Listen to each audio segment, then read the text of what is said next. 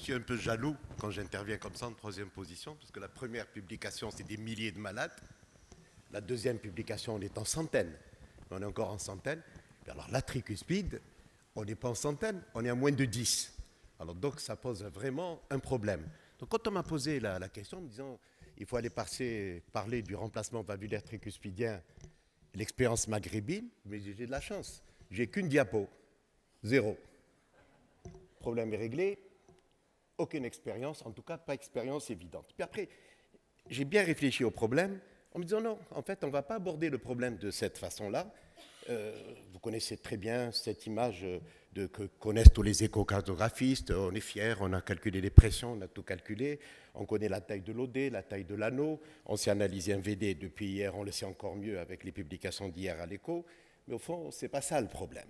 Le problème, c'est que quand vous avez un problème tricuspidien, vous avez deux forces en présence. La première, d'abord, c'est la valve tricuspide. Alors, si l'aorte, elle n'est pas compliquée, enfin, apparemment pas compliquée, si la mitrale, c'est déjà un truc actif, alors la tricuspide, c'est l'enfer. La tricuspide, c'est embryologiquement, anatomiquement, c'est quelque chose de très particulier. Ça ne ressemble absolument pas au reste. Il ne faut jamais oublier que les valves tricuspides, et en particulier les piliers, les cordages et tout, viennent du muscle. Ce muscle cardiaque au début, ce canal ventriculaire, va se vacuoliser, il va ouvrir des trous un peu partout dans le ventricule, ça vous donne cet aspect ventriculaire que vous connaissez à l'écho et à l'angio, et puis il va faire des cordages. Et on peut avoir une valve, deux valves, on peut avoir, voilà, c'est l'anatomie que vous connaissez tous, mais qui est fausse. Parce que la réalité, c'est que cette valve tricuspide est rarement tricuspide. Et que vous pouvez avoir, dans la majorité des cas, vous avez 4, 5 valves au niveau de la tricuspide. Donc déjà, le premier élément, c'est que embryologiquement et anatomiquement, on a affaire à une tricuspide, à une valve qui est très particulière. Le deuxième élément, c'est que les cordages, il y en a plein, puisque c'est une vacuolisation du ventricule, et donc on a un système fonctionnel de la tricuspide chez le sujet normal. Hein. Chez le sujet normal, je ne parle pas de naissance du malade, mais chez le sujet normal déjà, on a une fonction de la tricuspide qui est extraordinairement difficile. Alors hier, on a vu à l'écho que ce n'était pas facile d'analyser une tricuspide à l'écho et qu'il fallait avoir plusieurs incidences, etc., etc. Et finalement, les échographistes connaissent mieux que moi ce problème. On va retenir 2 ou 3 incidences qui vont nous permettre de trouver, on va dire, la valve septale, les valves antérieures et les valves postérieures, et analyser le cordage. Et puis, le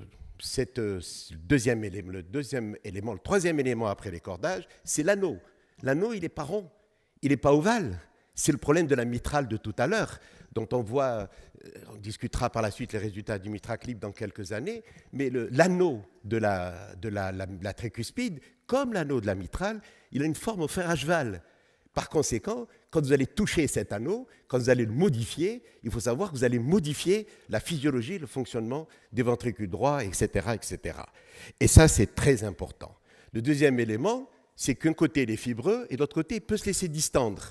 Donc, quand il y a une distension, vous ne savez jamais de quel côté ça va. Alors, on dit que ça va du côté de la postérieure et un peu de l'antérieure, mais la forme de la déformation, vous ne le savez pas à l'avance. Voilà la situation dans laquelle on va se retrouver. Et à ça, vous rajoutez le quatrième élément, qui est la fonction ventriculaire droite. Vous avez compris hier, je pense, ce qui a assisté à la très belle séance d'écho, c'est que l'analyse du ventricule droit, elle est difficile. Pourquoi ? Parce que ce n'est pas une besace, c'est un bissac. C'est un bissac, et donc il faut analyser et l'injection et la sortie. Ce n'est pas si évident que ça, et c'est pour ça que, quels que soient les chiffres, on est obligé d'analyser ce ventricule droit. En plus, chose très importante, on ne sait pas dire, quand un ventricule droit est atteint, on ne sait pas dire s'il va récupérer ou non. On sait pour le VG à peu près maintenant, mais il n'y a pas l'équivalent du stress au niveau du ventricule droit, pour l'instant en tout cas, et que par conséquent, c'est impossible de réfléchir. Alors, vous voyez la situation dans laquelle on m'a mis. On m'a mis dans une situation d'une valve d'abord très compliquée, qui n'a strictement rien à voir avec les autres valves, avec un anneau compliqué, un ventricule qui est difficile à analyser, et j'ai dit, voilà, c'est la première force en présence. La deuxième force en présence, c'est que les étiologies sont colossales. Elles sont énormes, les étiologies de l'insuffisance tricuspidienne. Je vais enlever d'emblée, pour qu'on ne discute pas de ça, c'est les congénitaux. Parce que si en plus vous mettez des congénitaux au milieu, comme l'Epstein, le Marfan ou les dysplasies tricuspidiennes, on ne s'en sort plus du tout. Ou l'hypertension pulmonaire, on ne s'en sort plus du tout à ce niveau-là. Donc on regardera que ce qui est acquis. Alors il y a des choses faciles. J'ai simplifié ce qui paraît impossible. Ce n'est pas la peine, percutanée, vous ne touchez pas. Il y a ça. Si vous avez une endocardite, une insuffisance tricuspide avec une endocardite, vous n'allez pas toucher à l'endocardite. Donc il est clair que ça ne peut pas être un geste percutané. Il y a ça. Ça, c'est un cas clinique d'un ingénieur qui travaille sur un chantier à Oran, qui est tombé de la grue et qui donc a une rupture de la tricuspide qui est complexe. Vous voyez que tout va sauter, toutes les valves se baladent partout, une insuffisance tricuspidienne majeure. Et puis, vous voyez que ce malade-là, vous ne pouvez pas les toucher, vous ne pouvez pas faire quelque chose en percutané. Donc ça ne peut être qu'un geste chirurgical. Il a été opéré.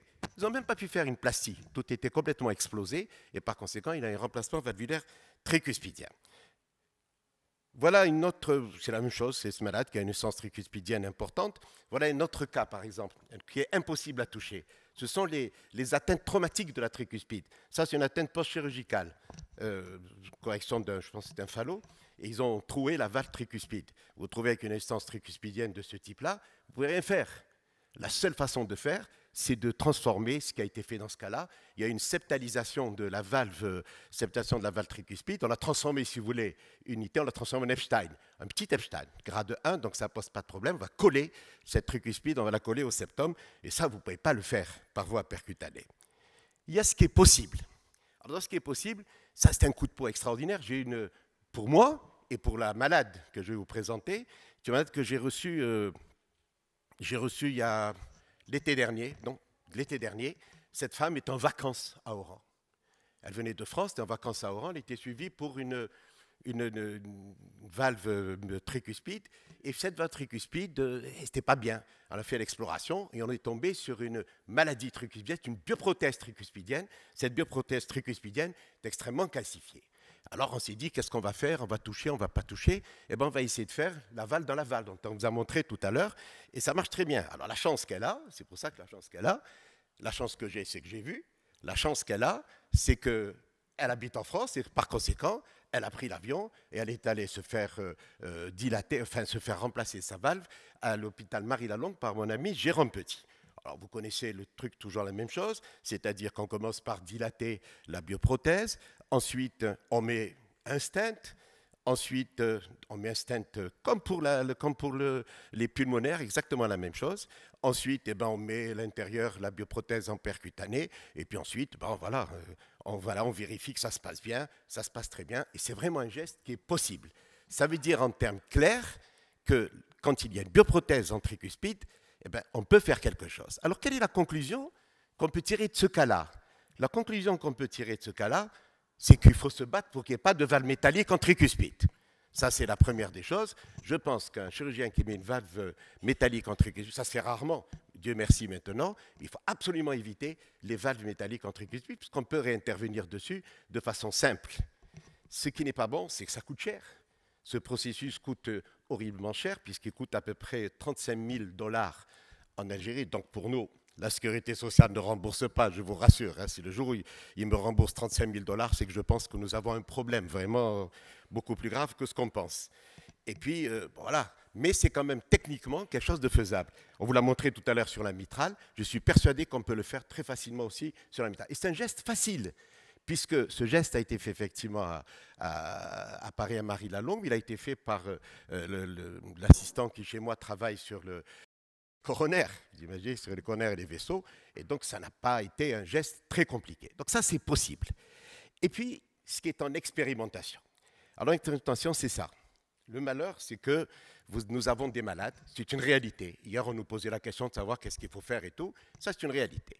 Ça, c'est des malades qui ont été opérés il y a quelques années, qui ont eu un geste sur la mitrale, une star dans ce cas-là, qui marchait remarquablement bien, et on a vu apparaître progressivement les insuffisances tricuspidiennes, c'est-à-dire que cette insuffisance tricuspidienne devient importante. Qu'est-ce qu'il faut faire à ce type de malade quand vous avez une insuffisance tricuspidienne? La question a été posée hier. Et la réponse, je vais vous dire, quand vous avez ça, vous avez une taille d'anneau, vous avez tout ce que vous savez, une insuffisance tricuspidienne importante. Alors, ce qu'il faut savoir, c'est ce malheureux anneau, qui était un anneau en selle de cheval, va se transformer en plat. Donc ça, c'est la première des éléments, ce qui veut dire que l'anneau va s'étaler de façon importante, et que donc c'est un gros anneau, et aller mettre quelque chose dans un gros anneau, ça m'étonnerait beaucoup que ça tienne. L'autre élément, c'est cette déformation dont je vous ai parlé tout à l'heure, qui est tout à fait uniforme. Est-ce qu'on peut opérer? Ben voilà un travail qui montre l'intervention sur la tricuspide. C'est un travail sérieux. Je pense que c'est une équipe américaine qui a fait ça. Ben, quand ils opèrent remplacement tricuspidien dans ce cas-là, ils ont 20% de morts en post-opératoire, et à 3 ans, il y a 60% de morts. Inutile de vous dire que la reprise, quand il n'y a pas un pacemaker en plus, quand il survit avec un pacemaker. Alors, aller opérer ce type de malade, c'est un risque et un challenge extraordinairement important. Donc il faut, je pense, essayer de trouver une solution. Alors, la solution, c'est quoi? La solution, elle passe par 2 étapes. La première étape, c'est la préopératoire. Hier, on vous a parlé de ça. On vous a montré qu'il y a eu des études qui ont montré qu'il valait mieux, quand on opérait un malade, et qui avait analysé, à gauche, analysé remarquablement bien l'anneau tricuspidien, et se retrouve avec un anneau tricuspidien 40 ou supérieur à 40, il fallait faire un geste sur la tricuspide. Alors là, je reviens à mon expérience propre, parce que c'est important la façon dont on travaille. J'ai toujours pris l'habitude de dire ce qu'on fait, parce que c'est plus important. C'est que je suis passé par 4 étapes. La première étape, c'est une étape que je dois au professeur Carpentier et au docteur Arrigo Lessana, où on se disait il faut être extraordinairement large sur la tricuspide.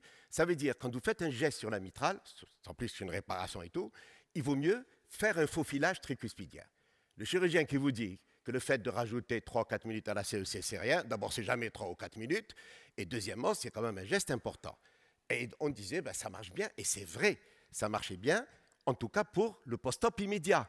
On avait un post-op infiniment plus simple. Et puis, on a réfléchi, on s'est dit, deuxième étape, on s'est dit quand même, aller opérer un malade comme ça systématiquement sur la tricuspide, avec quand même quelques complications, puisqu'on avait des BAV post-opératoires, on a eu quand même 4 ou 5% à l'époque sur le geste tricuspidien. On s'est dit, non, non, on va faire, nous aussi, on va mesurer notre anneau. Alors, on ne savait pas 40, hein, on faisait de la prose M. Jourdain. Hein. On disait, ah ben, l'anneau, il me paraît très large, il faut quand même, à l'écho, il faut quand même aller faire un geste, ce n'est pas la peine de faire un geste s'il n'est pas très large. Bon, ben, on l'a fait. Le seul problème, c'est que maintenant, on est en train de récolter ces insuffisances tricuspidiennes post-opératoires qui sont le cas de tous les jours. C'est tous les jours qu'on a ce problème. Ce n'est pas un cas rare, ça. Ça, c'est de tous les jours, il y a ce type de problème. Alors, on est passé à la troisième étape, où, fort des références qui ont été données, fort des éléments qui ont été donnés qui nous ont été donnés, bon, on a dit, quand ça passe 40 ou supérieur à 40, on fait quelque chose de tricuspidien. On a gagné, c'est vrai. Et puis, cette étape-là aussi, je le dis, ça ne ressemble pas du tout aux références, mais je vous donne mon expérience. Cette étude, maintenant, malgré les 40, on a respecté. Au-dessous de 40, on n'a pas fait. On a quand même des instances tricuspidiennes importantes. Donc, on est passé à la quatrième étape. C'est qu'on est parti de cette idée de base qui était que la valve tricuspide ne ressemble pas aux autres valves. Et que par conséquent, quand vous analysez, l'anneau seul ne suffit pas. Il faut analyser les cordages, il faut analyser la valve, les valves septales. Et si vous avez la moindre anomalie, et si le geste qui doit être fait à gauche est important, il ne faut pas hésiter à faire une... Donc je reviens à la première étape, et je pense qu'on aura des résultats. Alors ce qui est intéressant, ça a été démontré. Voilà pour l'anneau 40, on ne tient plus compte de l'instance tricuspidienne. Ça a été parfaitement démontré. Et on a démontré que quand on utilisait l'instance tricuspidienne modérée, mais que l'anneau était important, ben il fallait le faire malgré l'instance tricuspidienne modérée. Vous connaissez ce guideline de 2012, c'est 40. Je vous le dis, même ce chiffre-là, je ne le respecte plus. Je le respecte bien entendu au-dessus, ça ne pose pas de problème, mais au-dessous, je cherche d'autres éléments qui me permettent de faire un geste tricuspidien et je dis que le mouvement de la valve et l'anneau de la valve en entier est important. Alors, qu'est-ce qu'on peut faire? Ben voilà, j'ai tout enlevé. Voilà, je vous donne le truc qui est le plus intéressant. Vous regardez comme moi, parce que quand il y a des cas de tricuspide, il y en a 6. À Bichat, ils en ont fait 3. Pas cette méthode, mais par la méthode parafémorale, ça ne marche pas. Ils ont fait 3 en Italie, ça ne marche pas. Ben voilà cette technique. Alors, quand vous regardez, vous trouvez que c'est extraordinaire. Vous rentrez votre guide, vous allez rentrer un cathéter. Oui, c'est un truc sorti de YouTube directement, ça veut dire que ça ne marche pas. et puis ensuite, vous remontez là-dedans, vous allez repasser de l'autre côté, et vous allez faire ce qu'a fait le MitraClip. Là, vous rentrez, vous remplacez par votre truc. On va passer de l'autre côté aussi, on va faire 2, toujours par la veine jugulaire. C'est veineux, hein. Donc s'il y a quelque chose, vous retirez, vous revenez au point zéro. Ce n'est pas moins dangereux que la gauche. Il n'y a ni transseptal, ni rien du tout dans cette histoire. Alors ça a l'air de marcher. C'est ce principe, il n'est pas apparemment, de ce que j'ai vu, on nous l'a présenté à Francfort. Franchement, je l'ai vu faire à Francfort, ça ne m'a pas paru très compliqué. Mais c'est tout relatif, ça. Hein, donc compliqué, c'est relatif. Alors une fois que vous avez mis vos 2 trucs, voilà. Après, vous faites le nœud, hein, et vous rassemblez l'anneau. Et il semblerait que ça marche. Je pense que dans quelques années, je ne sais pas si ça va marcher, voilà. Vous avez un truc qui diminue et qui... Voilà. Donc ce que je voulais vous dire de façon pratique, c'est que dans la tricuspide, il y a... Vous savez, c'est facile de mettre des chiffres les uns après les autres. C'est facile de dire je fais, etc., etc. Le problème, c'est de réfléchir à cette tricuspide. Si vous arrivez à réfléchir, surtout chez nous, à l'indication de la placide tricuspidienne, si vous arrivez à sortir de ces recommandations qui, comme toujours, tout le monde le sait, ces recommandations sont très approximatives et ça relève que d'experts qui souvent n'ont d'experts que le nom. Et donc, il faut essayer d'aller un peu plus loin, réfléchir à l'anneau tricuspidien entier, en vous disant qu'il y a des choses, des contre-indications absolues, c'est évident.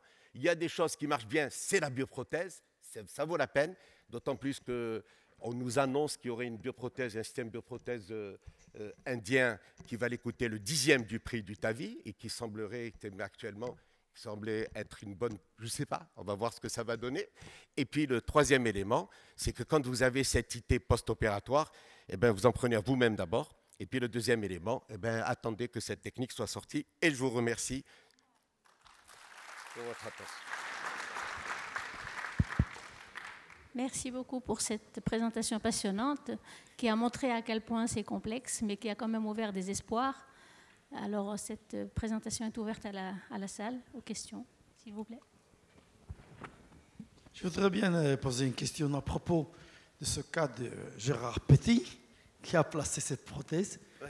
C'est une prothèse c'est une valve qui n'est pas calcifiée.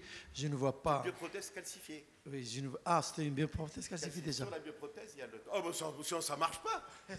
Comme nous a montré tout à l'heure, il n'y a aucune chance qu'un anneau marche sur un anneau de 50. Il n'y a aucune chance que vous accrochiez à ce truc-là. Non, non. Il faut que ce soit calcifié. Sinon, ça ne marche pas. Hein. Ça ne marche pas du tout.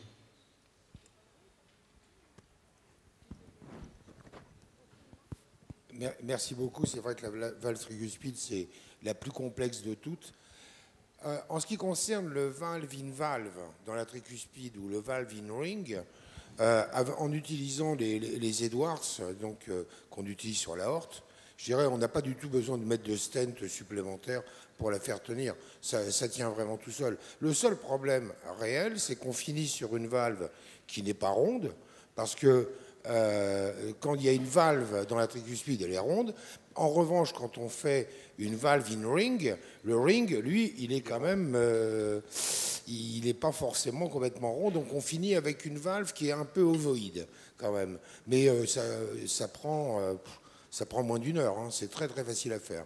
Et on discutait toujours de savoir si on passait par jugulaire ou par fémorale. Moi, toutes celles que j'ai faites, j'en ai fait 3 ou 4, je crois. J'ai toutes passé par voie fémorale, parce que finalement, c'est beaucoup plus simple. C'est-à-dire l'intérêt de ce qui a été fait, ça a été fait dans la continuité du cœur droit. Oui. Dans le cœur droit, quand il y a un tube qui est avec son homogreffe ou sa valve à l'intérieur qui est calcifiée, vous passez par ce système d'abord de l'écartement, oui, mais ça, je connais, la mise en place, etc. etc. Est-ce qu'il faut utiliser du type TAVI? J'en sais rien, moi. Le problème que je dis, c'est que c'est faisable quand il y a une prothèse calcifiée. Moi, je me bats toujours pour des trucs simples. Oui, Mon chirurgien, il met des bioprothèses en tricuspide, d'ailleurs de plus en plus de bioprothèses partout, et donc des prothèses parce qu'on peut intervenir dessus. Sans problème, et en plus ce sont souvent des grosses bioprothèses qui sont en règle générale de 29. Exactement. Donc on est très très à l'aise pour aller travailler là-dedans. Maintenant dans la technique, l'un ou l'autre, je pense que franchement le nombre de cas est tellement peu important. Ça commence, on les collige actuellement au niveau mondial, et il y en a pas mal. Hein. Pour les bioprothèses calcifiées. Pour les bioprothèses et les rings. Et oui, les ça ne anneaux. pose pas de problème. Merci, mon ami Cara, pour cette excellente présentation. Effectivement, je suis tout à fait d'accord avec toi. Il ne faut pas voir uniquement le diamètre de l'anneau, parce que souvent, il n'y a pas une corrélation entre la fuite tricuspidienne et le diamètre de l'anneau. Vous pouvez avoir des diamètres qui ne sont pas très importants, mais avec une fuite tricuspidienne qui est au moins modérée. Je crois que même devant ces situations, il faut faire un geste sur cette fuite tricuspidienne si on va intervenir sur le corps gauche, sur la mitrale. Mais pour nous, c'est un problème pratique et quotidien, effectivement. Parce que notre pain quotidien reste le rétrécissement mitral. Et vous avez souvent des situations de sténose mitrale qui relèvent d'une dilatation mitrale percutanée. Et malheureusement, quand on voit du côté droit, vous avez une fuite tricuspidienne, donc sur laquelle il faut faire un acte. Alors, dans ces conditions, on est obligé de confier le patient au chirurgien, qui malheureusement, quelquefois, il sort avec une prothèse mitrale. Alors, actuellement, avec ces gestes percutanés, ça nous offre la possibilité, effectivement, de continuer sur un acte à minima par une dilatation percutanée sur la mitrale et avoir un acte, effectivement, percutané aussi sur la valve tricuspide et d'éviter de confier, malheureusement, ces patients au chirurgien quand il y a une fuite tricuspidienne qui est significative et pour laquelle il faut faire un acte chirurgical. C'est-à-dire qu'on se retrouve dans une situation en Algérie, mais je pense que ça doit être la même situation en Tunisie, au Maroc, à mon avis, dans beaucoup d'autres pays, c'est qu'on a beaucoup opéré des mitrales. Je crois que la dernière fois, on a fait le point pour uniquement l'équipe que je dirige. Je crois qu'on a fait 6000 remplacements mitraux ou un truc comme ça. Hein. C'est des chiffres colossaux de ce type-là. Et que par conséquent, on voit apparaître maintenant, comme de l'écardiopathies congénitale vieillie, on voit apparaître cette insuffisance tricuspidienne, qui est c'est un vrai problème de tous les jours. C'est un problème pratique. Et le problème actuellement, c'est qu'on a ce type de malade et qu'on a des mitrales qui ont 50, 60 ans. Vous ne pouvez rien faire en percutané parce qu'il n'y a pas de réduction mitrale, parce que même si vous élargissez les dilatations, ça ne suffit pas. Et on est en train de remplacer des sujets âgés. Donc on se pose la question, chez le sujet âgé, qui a donc une mitrale depuis 50 ans. N'oubliez pas, le RM, il avait 10 ans quand il a eu. Donc ça veut dire qu'il a les poumons malades, il a le cœur malade, quand on vous dit que c'est la mitrale simple, j'y crois pas un instant. Et dans ce cas-là, on est peut-être en train de fabriquer des malades encore plus graves par la suite. Monsieur Mazouzi. D'abord, je vous remercie pour cette présentation physiopathologique et anatomique qui n'est jamais trop tard pour rappeler encore. Mais en tant que chirurgien, je m'interroge. Finalement, on réalise par voie endovasculaire une sorte de Vega. On pourrait même imaginer mettre plusieurs points, l'un à côté de l'autre, jusqu'à intéresser tout l'anneau antéro-postérieur. Alors, je me pose un petit peu la question, ne risque-t-on pas également d'avoir le devenir des 2 Vega, qui, à long terme, sont un peu décevants? Le 2 Vega, vous savez ce qu'on dit, hein, du 2 Vega, ça marche 3 mois. Hein. Ça, je crois qu'il faut être clair là-dedans. Hein. C'est un peu le même. 3 ans sur une nouvelle valve tricuspide avec un système d'ancrage très original. Les premiers résultats sur l'animal sont intéressants. Il y a d'autres équipes qui développent aussi des... Donc, moi, je dis restons mesurés en termes d'optimisme, mais restons mesurés aussi en termes de systématiquement une nouvelle technique. Je me rappelle ce qu'on nous a dit quand on a commencé le TAVI. Je me rappelle ce qu'on nous a dit quand on a commencé le tronc commun. Je me rappelle ce qu'on nous a dit quand on a commencé à mettre des stents dans les carotides. Je me rappelle de tout ça. Les choses évoluent, on en parle, et les équipes qui publient. Le clip mitral, c'est quelque chose de validé, c'est dans les recommandations internationales, c'est faisable, c'est peut-être cher, c'est peut-être pas atteignable, c'est peut-être pas l'idéal, mais c'est utilisé et ça marche. Mais Bourrelem, je pense que tu te trompes, c'est ce que je suis en train de dire. Mon problème à moi, c'est pas de dire qu'il n'y aura pas une technique, je l'espère, et je suis sûr qu'il y aura des techniques, y compris de remplacement. Entre parenthèses, je vous signale que les grandes études techniques actuellement sur l'animal sont faites par Boujelmin Younes Boujelmin, qui a publié, je pense qu'il vient de publier 10 ports ou un truc comme ça, fait par une valve en percutané sur la tricuspide. C'est extraordinairement complexe sur la tricuspide parce que l'anneau est très large, ça ne tient pas. Il est large et peu épais, c'est ça qui est important. Et par conséquent, ça tient. Je donne uniquement les difficultés techniques. Bien sûr qu'on attend.